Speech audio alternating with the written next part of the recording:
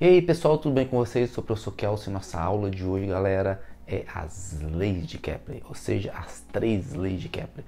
Na próxima aula veremos a gravitação universal de Newton. Então, se você não é inscrito no canal, se inscreva, ativa o sininho. Se você gostar dessa aula, deixa o seu joinha. Então galera, bora lá para a aula.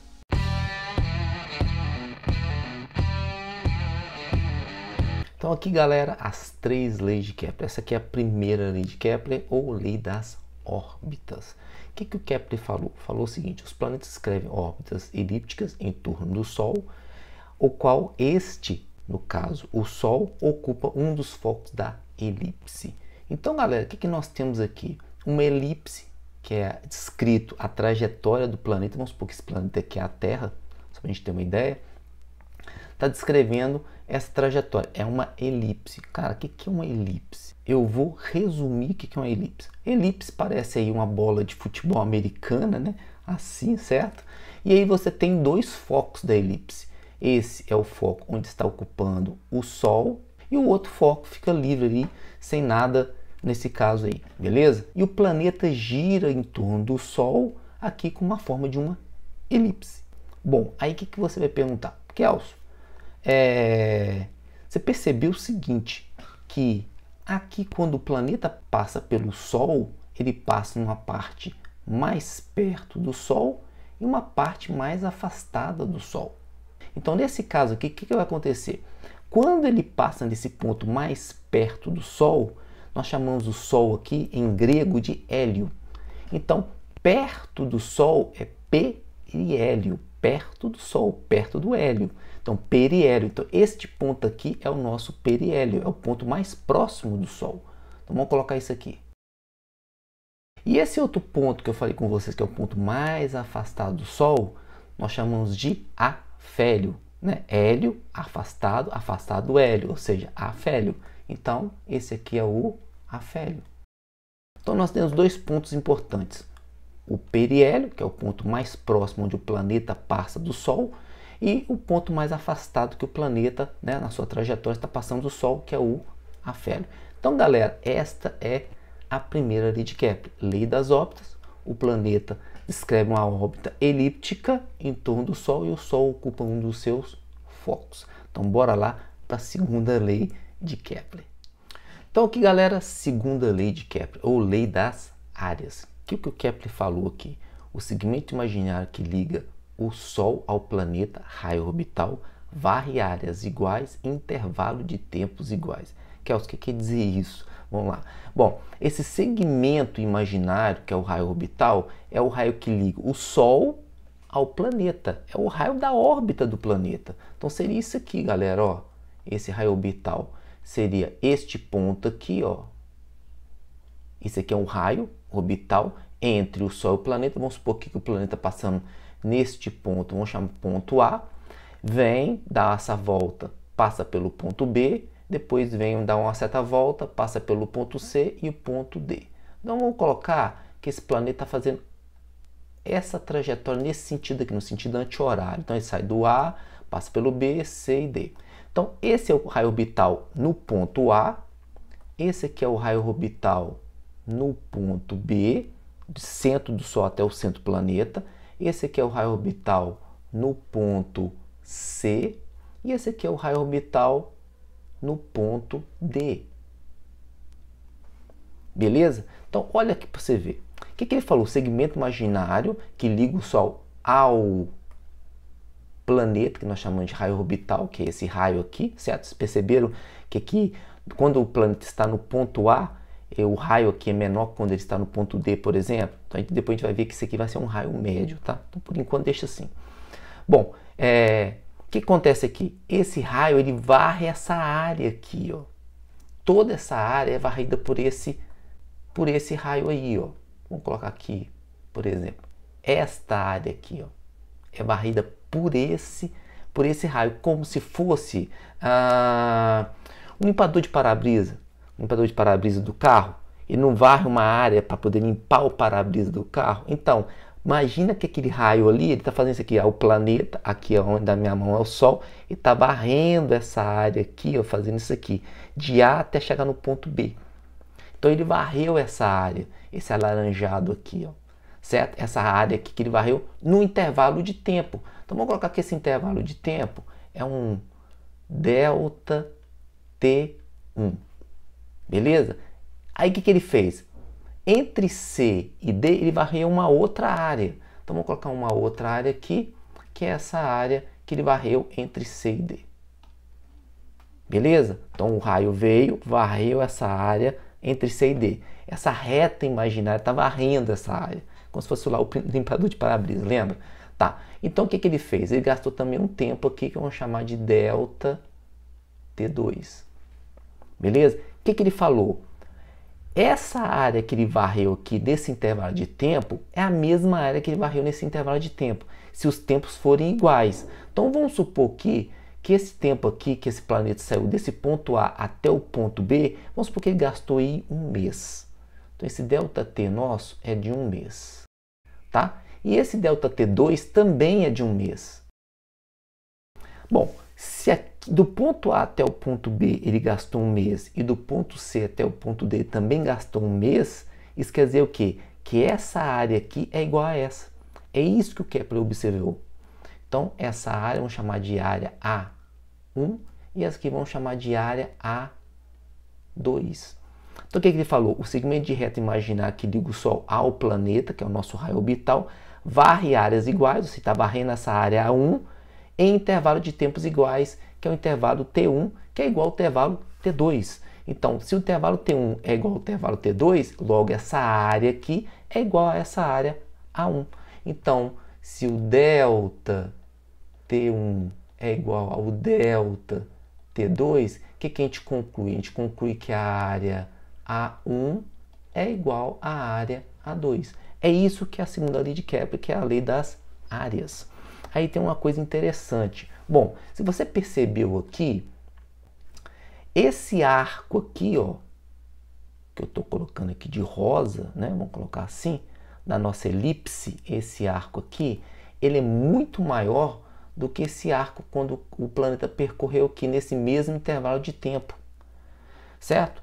Bom, se ele percorreu isso aqui nesse mesmo tempo de um mês, e aqui ele percorreu esse tempo, esse arco aqui da elipse, nesse mesmo intervalo de tempo de um mês, logo, o que a gente pode concluir?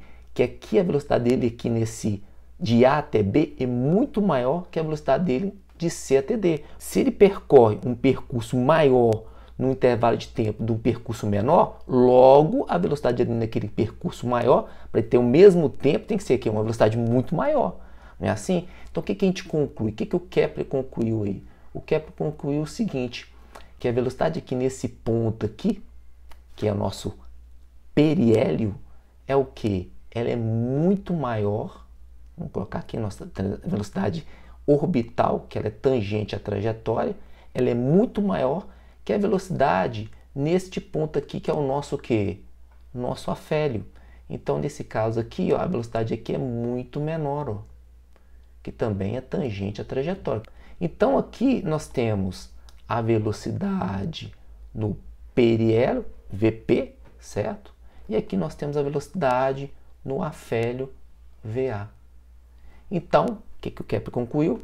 Que a velocidade no periélio ela é muito maior que a velocidade no afélio. Então, esta, galera, é a segunda lei de Kepler. O segmento de reta que liga o Sol ao planeta varre áreas iguais em intervalo de tempos iguais. Em qualquer ponto aqui, cara. Se eu pegar, por exemplo, o nosso planeta fazendo isso aqui, ó, vamos supor que o nosso planeta está passando aqui e aqui, por exemplo. Se eu traçar meu raio orbital aqui, cara, se eu pegar aqui, ó, fazer isso aqui, ligar o planeta, fazer isso aqui, ligar o planeta, se ele gastar o mesmo tempo aqui de um mês, se ele gastar aqui o mesmo tempo aqui de um mês, então esta área que ele varreu aqui, ó, vamos colocar assim, essa área que ele varreu aqui, é a mesma área, A2 e A1. Então, em qualquer ponto que você pegar aqui, a área vai ser que iguais em intervalo de tempos o quê? Iguais. Esta é a segunda lei de Kepler. E qual que é a nossa conclusão aqui na segunda lei? Bom, se ele está saindo de um ponto onde você tem uma velocidade muito grande, né, que ele está fazendo essa volta aqui no sentido anti-horário. Você está saindo desse ponto, uma velocidade muito grande, e chegando nesse ponto onde a velocidade é muito pequena, o que acontece? Você está saindo do ponto onde a velocidade é grande para uma velocidade pequena, esse movimento desse ponto do periélio até o afélio é um movimento retardado. Agora, se ele sai do afélio, onde a velocidade é pequena, menor, e chega no periélio onde a velocidade é grande, o que ele tem que fazer? Ele tem que aumentar a velocidade para chegar até o periélio, não é isso? Então, nessa parte desse ponto do afélio até o periélio, esse movimento é um movimento acelerado. Então, bora lá para a terceira lei de Kepler. Então, aqui, galera, terceira lei de Kepler, ou lei dos períodos. O que a terceira lei fala para a gente? O quadrado do período de translação de cada planeta em torno do Sol é proporcional ao cubo do raio médio de sua órbita. Bom, o que é período?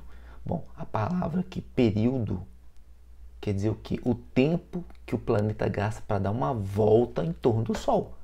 Então, esse tempo orbital é o período do planeta, certo? Então, se ele sai daqui desse ponto, por exemplo, e dá uma volta aqui, ó. Então, esse tempo que ele gasta, esse ΔT, que é o tempo, é o nosso quê? O nosso período. Nós colocamos como T maiúsculo, ΔT ou período, certo? Então, aqui o nosso período, vamos simbolizar com a letra T, beleza? É proporcional ao cubo do raio médio. O que é esse raio médio? Esse R, vamos colocar como R de raio médio. Se você perceber aqui, galera, em qualquer posição que você colocar o planeta, ele vai ter raios diferentes. Então, por exemplo, aqui no periélio, o raio aqui é pequeno, enquanto no afélio o raio é muito maior. Em qualquer outro ponto que você coloca, vamos supor que o planeta está passando aqui, certo? Aqui o raio é outro, totalmente diferente do periélio e do afélio. Então, o que a gente faz? A gente faz um raio médio. O que a gente pega? O raio maior, que é o do afélio, e o raio menor, que é do periélio. A gente faz uma média mesmo. Então, a gente vai fazer aqui o raio médio é igual ao raio do afélio mais o raio do periélio dividido por 2. Isso é um raio médio. Por quê, galera? Porque a elipse, a gente coloca a elipse ali bem acentuada, mais abaulada, vamos colocar assim, mas na verdade a elipse dos planetas, tirando Mercúrio, que é uma elipse mais excêntrica, tá? Os outros planetas todos têm o quê? Uma elipse bem gordinha, ou seja, o foco, lembra que o Sol ocupa um dos focos? O outro foco e os focos do Sol, eles dão bem próximos. E quando eles estão bem próximos, o que acontece? Essa elipse, ela quase se torna o quê? Uma circunferência. Por isso que antigamente, antes de Kepler, todo mundo pensava que o Sol ocupava o centro de uma circunferência e os planetas giravam em torno do Sol de uma forma o quê? De uma circunferência. Mas na verdade não era uma circunferência, era uma elipse, por causa dessa característica dos planetas em torno do Sol, por ser o quê? Muito juntinho, um foco do outro, onde um foco é o Sol e os planetas giram em torno dele de forma elíptica, só que a elipse é quase uma circunferência, beleza? Bom, o que a gente vai ver aqui? O que ele falou pra gente? O quadrado do período, então, o quadrado do período é diretamente proporcional ao raio médio ao cubo. O que quer dizer isso, galera? Quer dizer o seguinte: quando eu tenho um sinal de proporção que eu mudar para um sinal de igual, eu venho aqui, troco o sinal de proporção por sinal de igual e coloco uma constante. Vou chamar de C essa constante, tá? Vezes R ao cubo. O que eu vou fazer? Passar esse R para cá dividindo T ao quadrado. Então vai ficar T ao quadrado sobre R ao cubo é igual a C. Ou seja, galera, isso quer dizer o seguinte: que o período ao quadrado sobre o raio ao cubo, ele é igual para qualquer planeta. Tá? Qualquer planeta, quando você fizer o cálculo, vai dar sempre esse mesmo valor, que é a constante. Então, por exemplo, você está vendo aquela tabela do lado? Então, vamos pegar aqui o período terrestre dos planetas. Por quê? Porque é em relação à Terra, que é onde a gente mora, né? Então, a Terra gasta 1 ano para dar uma volta em torno do Sol. E o raio orbital da Terra é de 1 unidade astronômica. Por que a gente coloca unidade astronômica? Porque, em vez de a gente colocar que uma unidade astronômica é 1,5, tá vendo aqui, ó, 1,5 vezes 10 a menos 11 metros, a gente coloca uma unidade astronômica, é muito mais simples. de você calcular com uma unidade do que 1,5 vezes 10 a 11 metros. Às vezes a gente calcula com esse número, mas só para título de a gente comparar os planetas aí com a Terra, só para você ter uma ideia. Então a Terra gasta 1 ano e o raio dela é uma unidade astronômica. Olha para você ver, por exemplo, Netuno, que é o último planeta. O Netuno ele gasta 165,4 anos terrestres para dar uma volta no Sol. E ele tem um raio orbital de 30,20 unidades astronômicas, enquanto a da Terra é uma. O que a gente conclui com isto? Quanto mais longe o planeta estiver do Sol, mais tempo ele gasta para dar uma volta. Olha Mercúrio, que é o planeta mais próximo do Sol. Aqui o período dele é de 0,241. Isso aí dá mais ou menos aí uns 3 a 4 meses terrestres, enquanto a Terra gasta 1 ano. E olha aqui, o raio orbital dele é praticamente 1/3 do raio orbital ou 1/4 aí do raio orbital da Terra. Então, quanto mais próximo o planeta, mais rápido ele dá a volta em torno do Sol. Então, é isso que a gente tem que observar na terceira lei de Kepler. Beleza? E aí, concluindo aqui o nosso cálculo, como aqui eu posso usar para qualquer planeta, tanto aqui no nosso sistema solar como em outros sistemas solares que tem um Sol, que é um corpo maior, e os planetas girando em torno dele, tá? Eu posso concluir o seguinte, que o T do planeta A ao quadrado sobre o R do planeta A ao cubo é igual ao T do planeta B ao quadrado sobre o R do planeta B ao cubo. Do planeta B ao cubo. Então, o que eu vou fazer aqui? Eu vou trocar esse TB por esse RA.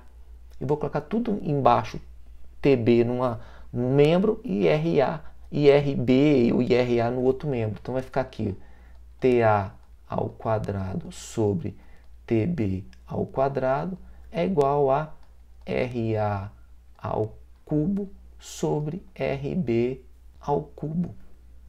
Então, fazendo isso aqui, como aqui está todo mundo ao quadrado, eu posso fazer isso aqui, cara, ó. TA sobre TB, todo mundo ao quadrado, certo? E RA sobre RB, todo mundo ao cubo. Então tá aí, essa é a terceira lei de Kepler. Quem é esse RA, quem é esse RB? Vamos supor que o RA é a Terra e o RB é Netuno. E eu tenho o raio orbital da Terra. Quer saber o raio orbital de Netuno, por exemplo? Beleza? Então, galera, espero que vocês tenham gostado dessa aula, as 3 leis de Kepler. Na próxima aula, não se esqueça que teremos a lei da gravitação universal de Newton. Então, se você é novo aqui no canal, se inscreva no canal, ative o sininho. Se você gostou dessa aula, deixe o seu joinha. Então, pessoal, até a próxima aula. Valeu!